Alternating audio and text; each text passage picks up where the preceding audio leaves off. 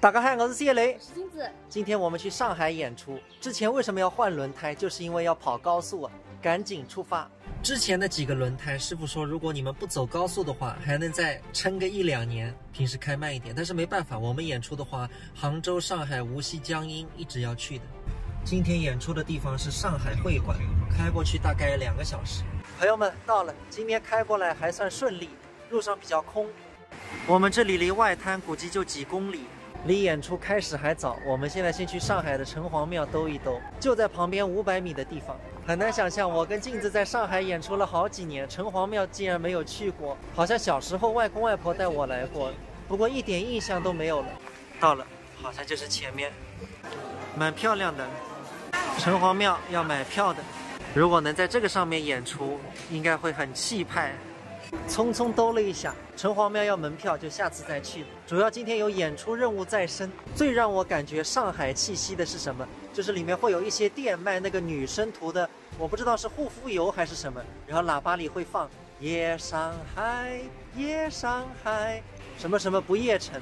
我觉得这个听了之后特别有那种老上海的感觉。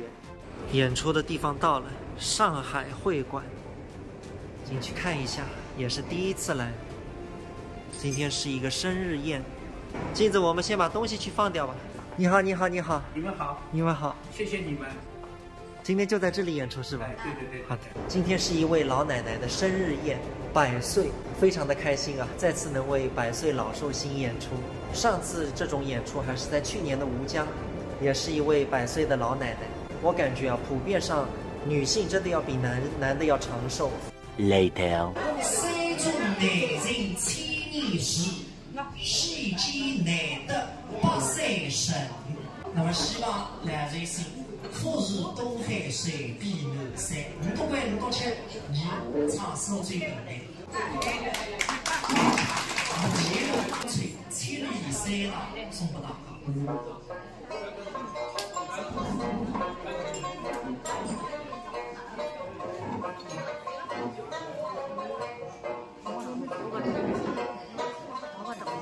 千里山堂，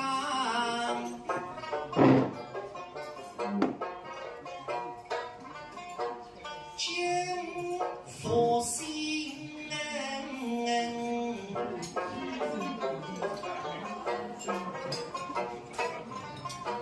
吹高七上新风。